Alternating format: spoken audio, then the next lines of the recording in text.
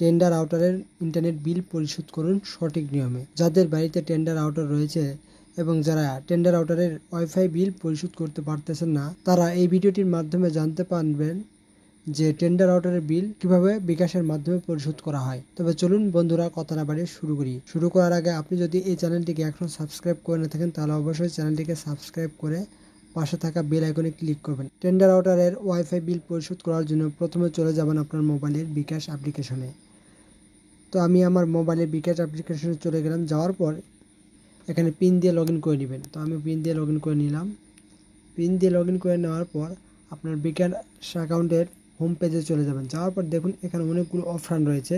তো এখানে পে বিল নামে একটা অপশান রয়েছে, জাস্ট এখানে ক্লিক করবেন। এখানে ক্লিক করলেই আপনি অনেকগুলো অপশান দেখতে পাবেন। এখানে দেখুন অনেকগুলো অপশান চলে এসেছে আপনার সামনে। এখানে বিদ্যুৎ লেখা রয়েছে, গ্যাস বিল, পানি bill, internet bill, telephone, TV, credit card, সরকারি ফি, সব কিছুর অপশান এখানে দেওয়া রয়েছে। তো আপনি যেহেতু ইন্টারনেট বিল পরিশোধ করবেন, এই কারণে আপনি ইন্টারনেট অপশানে ক্লিক করবেন। ইন্টারনেট অপশানে ক্লিক করার পর দেখুন নিচে অনেকগুলো অপশান আপনি দেখতে পাচ্ছেন। এখানে সবগুলি হচ্ছে ইন্টারনেট কোম্পানির নাম।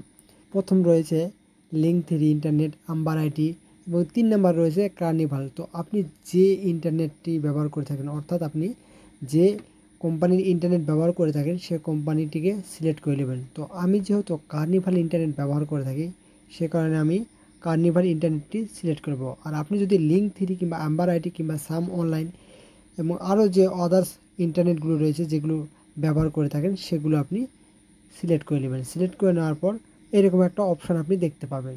তো এখানে দেখুন লেখা রয়েছে গ্রাহক আইডি দেন এবং নিচে রয়েছে কন্ট্যাক্ট নাম্বার দিন। তো গ্রাহক আইডিটা হচ্ছে, তো আপনি যে নাম্বারটি দিয়ে আপনি ইন্টারনেট ব্যবহার করে থাকেন, অর্থাৎ যারা আপনাকে ইন্টারনেট সংযোগ দিয়েছিল তারা একটা নাম্বার আপনাকে দিয়ে থাকবে, যে নাম্বারটির মাধ্যমে আপনি ওয়াইফাই বিল পেমেন্ট করবেন এবং আপনি ইন্টারনেট ব্যবহার করে থাকবেন।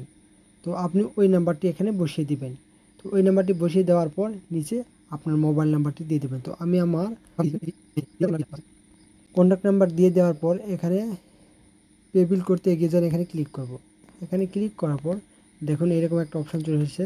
তো আপনি কি প্যাকেজ ইউজ করে থাকেন, আপনি যে টেন্ডার আউটারটি ব্যবহার করে থাকেন এর কত এমবিবিএস আপনি ব্যবহার করে থাকেন। তো আমি যেহেতু 7 এমবিবিএস প্যাকেজ ব্যবহার করে থাকি, সে কারণে আমি এখানে 525 টাকা দিয়ে দেবো। আর আপনি যদি আরও বেশি ইন্টারনেট প্যাকেজ ব্যবহার করে থাকেন তাহলে আপনার রেটটি এখানে দিয়ে দিবেন। তো আমি যেহেতু 7 এমবিপিএস ব্যবহার করে থাকি, এই কারণে আমি 525 টাকা দিয়ে দিলাম। দিয়ে দেওয়ার পর এখানে নেক্সট অপশনে ক্লিক করব।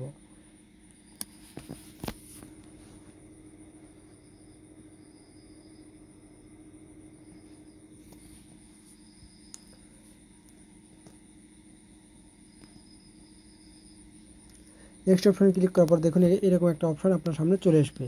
তো এখান থেকে আপনি আপনার গ্রাহক আইডির নামটি এখানে দেখতে পাবেন। দেখুন অ্যাকাউন্টের নাম তো এখানে দেখাচ্ছে।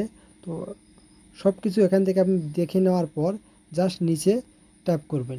ট্যাপ করার পর এখানে পিন নাম্বার দেবেন। পিন নাম্বার দেওয়ার পর